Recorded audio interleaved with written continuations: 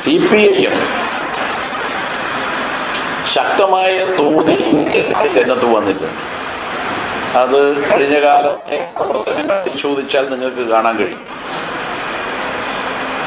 എന്നു മാത്രമല്ല, കൊട്ടേഷൻ പ്രവർത്തനങ്ങളിൽ ഏർപ്പെടുന്ന ഒരാൾക്കും CPIM-ൽ യാതൊരു സ്ഥാനവും ഉണ്ടാവില്ല എന്ന് പരസ്യമായി പറഞ്ഞതാണ്.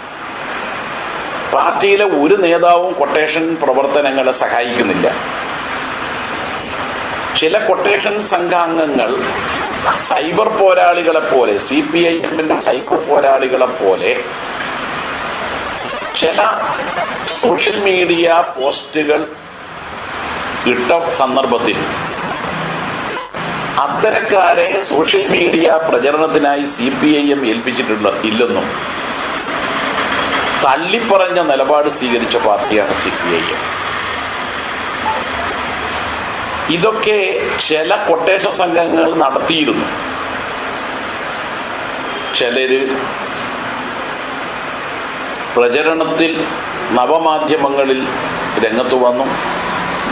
ചിലര് പാവപ്പെട്ടവരുടേത് എന്ന് കണക്കാക്കുന്ന ചിലരുടെ വിവാഹത്തിന് സഹായം നൽകി വന്നു.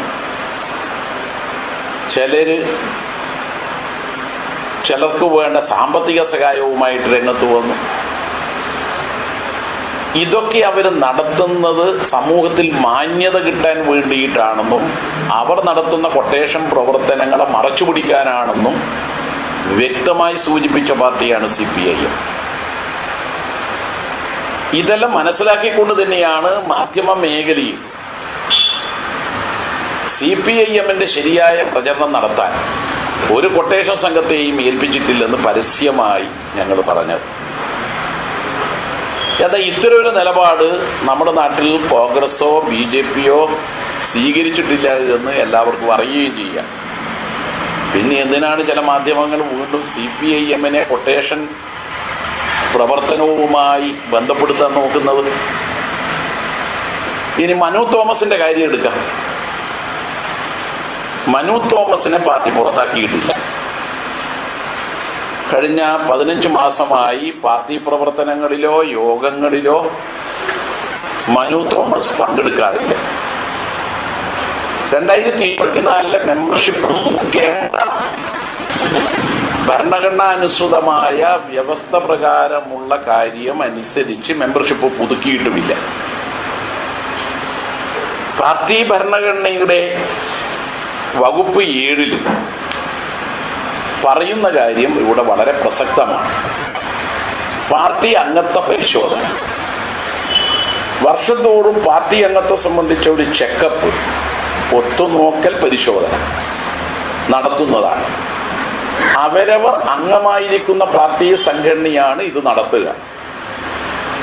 ശരിയായ കാരണം കൂടാതെ തുടർച്ചയായി കുറെ കാലത്തേക്ക് പാർട്ടി ജീവിതത്തിലും പ്രവർത്തനങ്ങളിലും പങ്കെടുക്കാതിരിക്കുകയോ വരിസംഖ്യ മുതലായവ കൊടുക്കാതിരിക്കുകയോ ചെയ്യുന്ന ഏതൊരാളെയും പാർട്ടി അംഗത്വത്തിൽ നിന്ന് തള്ളിക്കളയുന്നതാണ്.